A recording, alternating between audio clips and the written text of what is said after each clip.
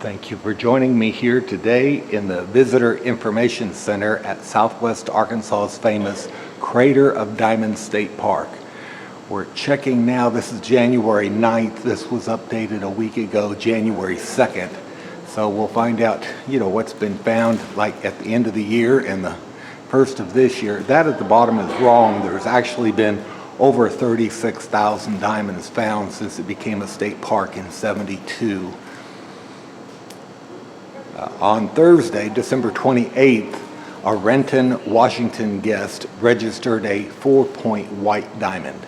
There are 100 points of weight per carat, so that's 1/25 of a carat. On Thursday, December 28th, a Renton, Washington guest registered a 4-point white.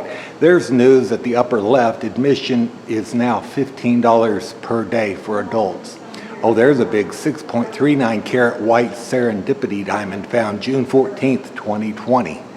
That is a big one. On Saturday, December 30th, a Cincinnati, Ohio guest registered a 6-point white diamond. On Saturday, December 30th, a Cincinnati, Ohio guest registered a 6-point white. I'm sorry, I'm just reading what's up there. That's a pretty 18-point white on the right, kind of a football shape. I like that. 27-point white, that's pretty. That's over a quarter carat.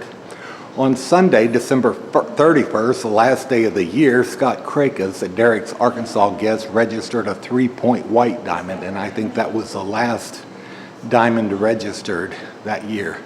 On Sunday, Scott Kreykes of Derrick's Arkansas registered a 2-point yellow, 1/50th of a carat. On Sunday, December 31st, Scott Kreykes, a Derrick's Arkansas guest, registered a 3-point white diamond. Now what happens, he comes in and digs and washes and takes his concentrate home and looks through it, and then he comes back and he'll register the diamonds all in one day. On Sunday, December 31st, Scott Kreykes registered a 2-point yellow. As I said, admission for ages 13 and up is now $15. 12 and under is either $7 or free. You can see that there to the left.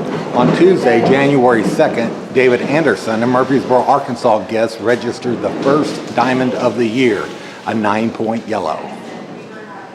So he was king of the hill for a couple hours until an Ashdown, Arkansas guest registered a 45-point white. So now he's king of the hill. That's almost a half-carat diamond, and as far as I know, that's the largest diamond found so far this year. So 2 diamonds have been registered as of January 2nd for this year so far.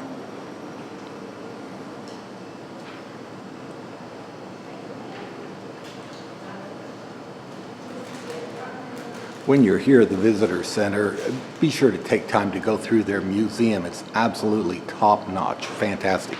You can see examples of diamonds laying here on display. On Thursday, December 28th, a Renton, Washington guest registered a 4-point white diamond. I'm going to go over some of these again in case I was talking about something else when the ticker went by. On Thursday, December 28th, the Renton, Washington guest registered a 4-point white. It's possible he had 2 4-point whites, or they just listed it up there twice. I don't know. On Saturday, December 30th, a Cincinnati, Ohio guest registered a 6-point white diamond.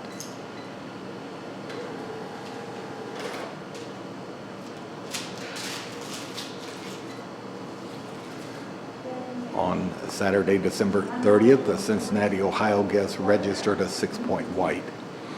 Today it's like 39 degrees out there, but the wind is howling, so it feels much colder. I don't know what the wind chill is, but it would be tough to be out there.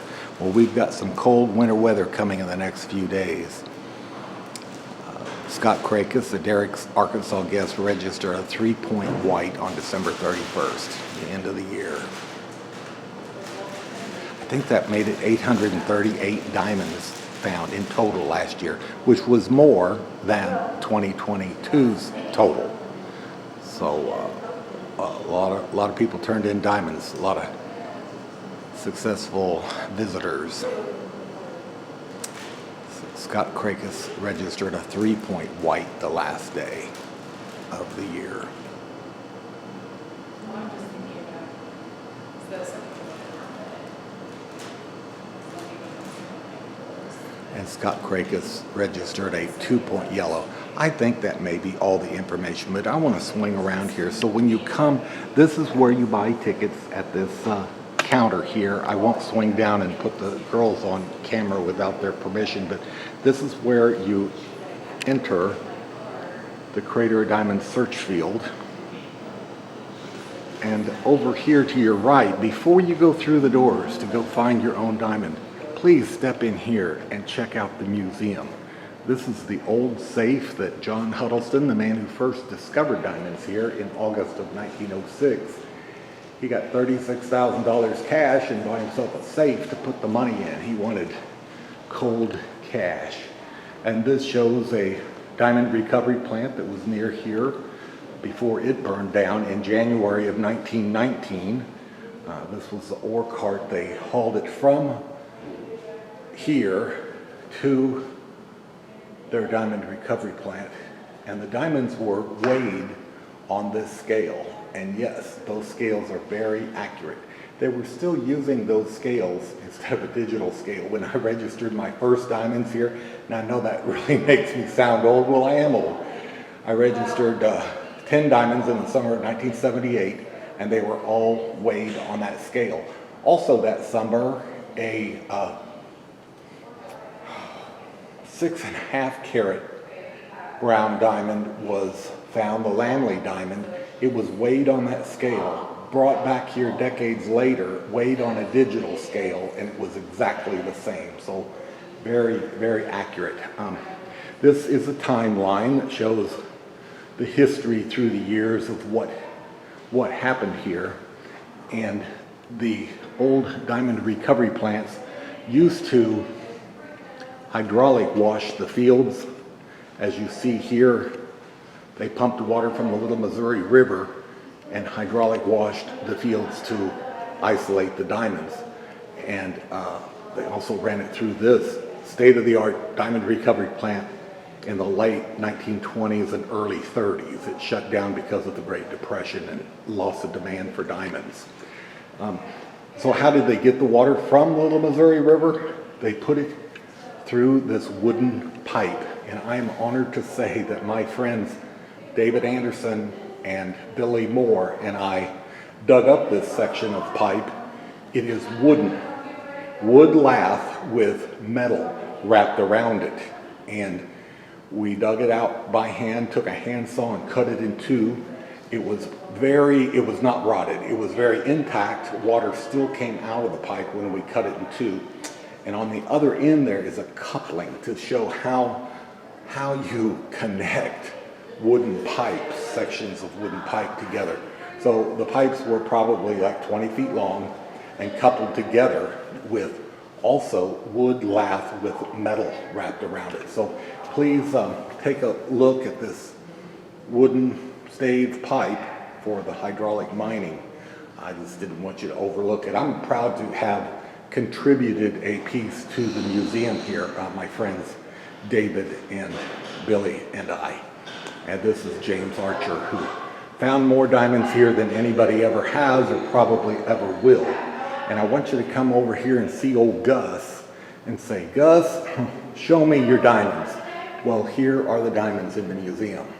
They have examples of yellow, white, brown, and then industrial quality. So they have all ranges of quality and three colors: the yellow, the white or clear, and the brown, chocolate diamonds.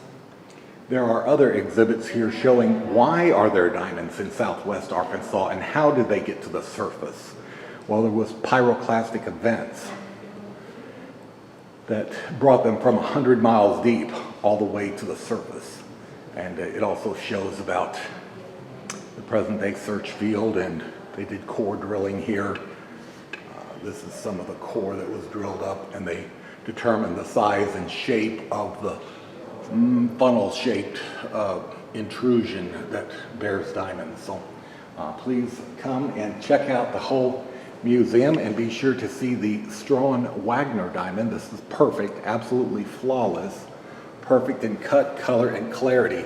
And it is here on display, but they have it revolving in a camera where you can see it up and close. So be sure to stop and tour the museum while you're here. And another scary sight when you come is Scott Kreykes' mug. Did you register any diamonds today? You did? What did you register?